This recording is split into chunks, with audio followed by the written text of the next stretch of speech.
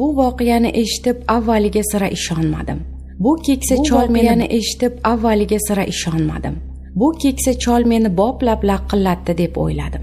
Ammo cholning gaplari rostligini uning kampiri Oysuluv momodan eshitgach, ishonishdan o'zga choram qolmadi. Xullas, bu voqeani Haydar bobo shunday hikoya qilgan edi. U paytlarda kuni bilan dalada yurardim. Momongiz 1 yillik kelin, ro'zg'or yumushlardan ortmasdi. Yangam ham, akam ham ishtaligi bois Oysuluv ularning bolalariga qarar. Ota-onamning issiq sovug'idan xabardor bo'lib turardi. O'sha kuni ham odatdagidek ishdan shom payti qaytdim. Qishloqning tor ko'chasini haydovdan qaytayotgan podalar changitib, uylariga shoshar. Ularning ortidan ketayotgan cho'pon bolalar bir-biri bilan baland ovozda so'zlashib, nimalarnidir talashib borishardi. Chang to'zonda qolmaslik uchun ulardan oldin yoki ancha orqada qolishim kerak edi. Kuni bilan ketmon chopib, g'o'za orasida suv tarab yurganim bois rosa xorigan, tez yurishga madorim yo'q edi. Shuning uchun yo'l chetidagi keksa tolning soyasida bir muddat tinim oldim. Shu payt cho'pon bolalarning ovozi yanada baland chiqqanday bo'ldi. So'ng ular orasidan otilib chiqqan bola men tomonga yugurib kela boshladi. Ko'nglim qandaydir falokatni his qilgandi. O'rnimdan turib chopib kelayotgan bolaga tikildim. U akamning katta o'g'li Ilyos edi. Negadir qo'rquvdan turgan joyimda turib qoldim. U menga yuzlanarkan, yuzi qo'rquvdan oqarib ketgan. Qo'l oyog'i tinimsiz qaltirar. Labi-labiga tegmay tez-tez so'zlardi. "Aka, tez yuring, yangam ilonni yeb qo'ydi", dedi u. Ilyosning aytgan gapiga tushunmay takror so'radim. U tag'in o'sha gapni aytdi. "Esing joyidami? Qanaqa ilon? Nega ilon yeb qo'yadi?" Ustma-ust bergan savollarimga javob bermasdan Ilyos qo'limdan uy tomon sudradi-da, "Yangam uylaringizda uxlab yotgan ekan. Charchagan bo'lsa kerak-da. Avval chaqirdim, hech kim javob bermadi. Keyin kirib borsam, yangamning og'ziga ilon kirib boryapti. Mening baqirganimdan yangam qo'rqib uyg'onib ketdi.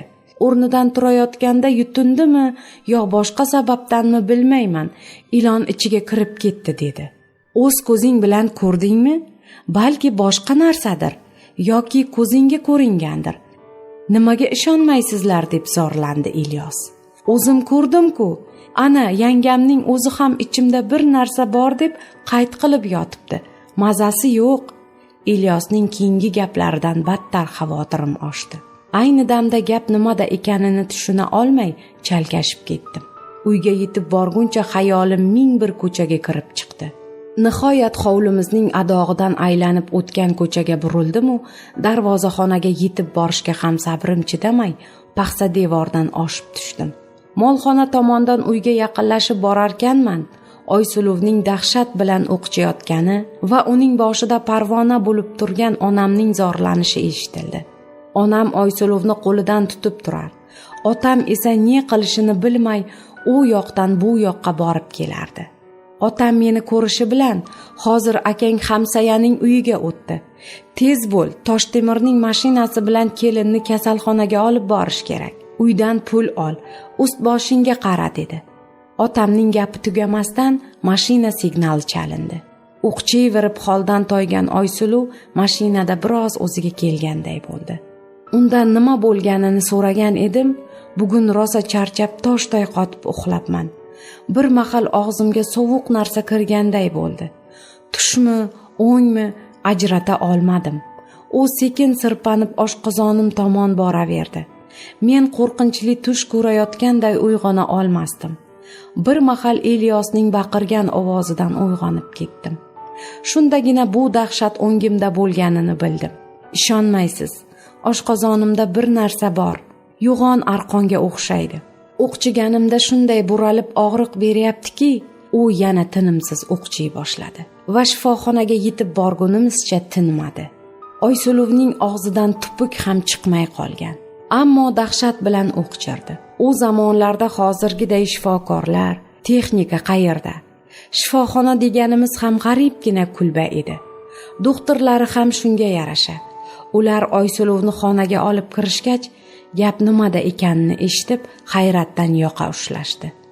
So'ng xonasiga qamalib olib, uzoq vaqt yo'q bo'lib ketishdi.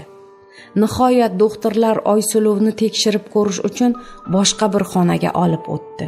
U yerda maxsus apparat bilan Oysuluvning oshqozonini tekshirishmoqchi edi, ammo u ilonni eslatadigan zondni yuta olmadi. Shifokor zondni Oysuluvning og'ziga olib borishi bilan u nafasi bo'g'ilib o'qchir va rangi dokaday oqarib o'rnidan turib ketardi.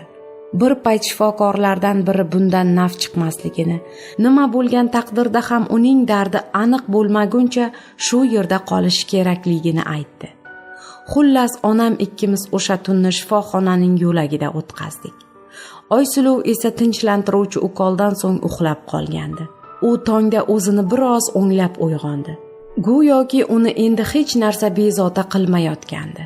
Unga nonushta berilgach esa barchasi qaytadan boshlandi va kechagi ahvol takrorlandi. Nima qilishimni bilmay uyga akamning oldiga shoshdim. U yerga borganimda akam endi shifoxonaga jo'namoqchi bo'lib turgan ekan. U mendan nima gapligini so'radi. Vaziyatni bilgach akam o'ylanib turarkan, Ilyos gapga aralashdi. Aytdim-ku, yangam ilon yeb qo'ydi deb. Uni chiqarib olishning yo'lini ko'rish kerak. O'g'lining gapidan jahli chiqqan akam uning yuziga tarsaki tortib yubordi va og'zim bor deb har qanday gapni gapiraverasanmi? Bor yo'qol, kattalarning gapini poylama dedi. Keyin menga yuzlandi. Shaharga olib borishimiz kerak. Aslida bundan boshqa choramiz ham yo'q edi. Axir Oysuluvning qanday dardga chalinganini bilmasdik. Biz shifoxonaga qaytib borganimizda nima qilishni bilmay bosh qotgan doktorlar tez yordam mashinasini hozirlab Oysuluvni viloyat markaziga yubormoqchi bo'lib turishgan ekan. Biz uni olib jo'nashga tayyorlanayotgan edik. Oysuluv yotgan xonaga shu yerda davolanayotgan keksa ayol kirib keldi. Onaxon Oysuluvning ahvolini so'rab, qanday dard qiynayotgani bilan qiziqdi. Onam esa ayolligiga borib, dardini dasturxon qila ketdi. Onamning so'zlarini tinglagan ayol, keliningizning ichida ilon bor, dedi hech kutilmaganda. Barchamiz hayrat va xavotir bilan unga qaradik. Ayol so'zida davom etib, bu bezarar ilon, chaqmaydi, hech kimga ziyon ham yetkazmaydi, faqat bolani yaxshi ko'radi. Qaysidir yili beshikdagi nabiramning ustiga yotgan ilonni ko'rib, men ham qo'rqib ketganman. Keyin bilsam bu bolajon ilon go'dak hidini xush ko'rarmish. Ba'zida oy kuni yaqin ayolni avrab ichiga kirib oladi deb eshitganman. Uni chiqarib olishni faqat morbozlar eplaydi. Agar Ilyos yangam ilonni yeb qo'ydi demaganida, bu ayolning gaplariga sira ishonmas edik.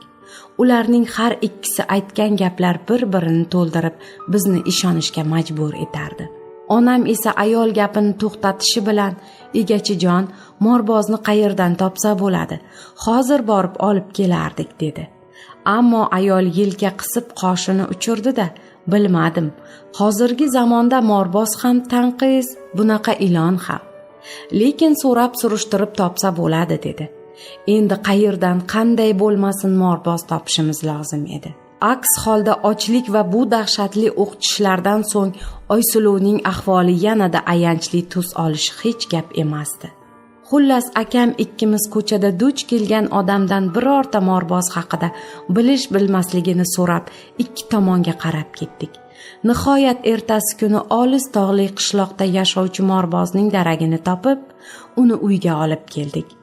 Oysuluvning ahvolini ko'rgan morboz hovlidagi o'rik daraxtining baquvvat shoxiga arqon bog'lashimizni aytdi. So'ng arqon osilib turgan yerda o'choq hozirlashimizni va bir qozon yangi sog'ilgan sut topib kelishimizni buyurdi.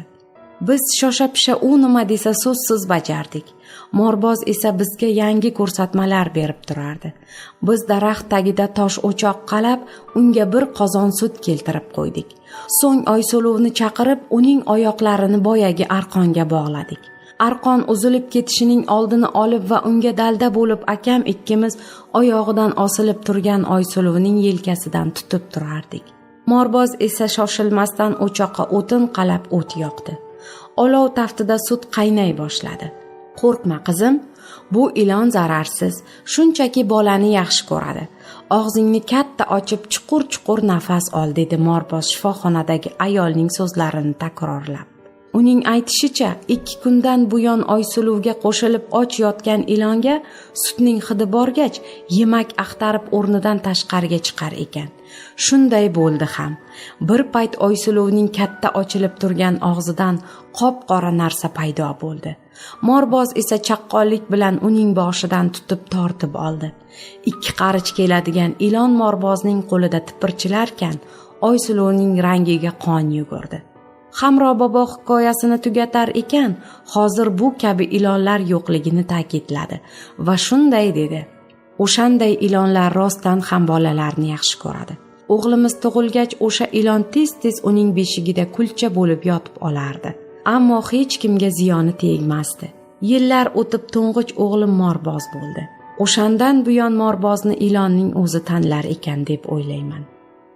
Aziz muxlis, bu hikoyani tinglab siz qanday xulosaga keldingiz? O'z fikr mulohazalaringizni izohlarda yozib qoldiring. Xayr, omon bo'ling.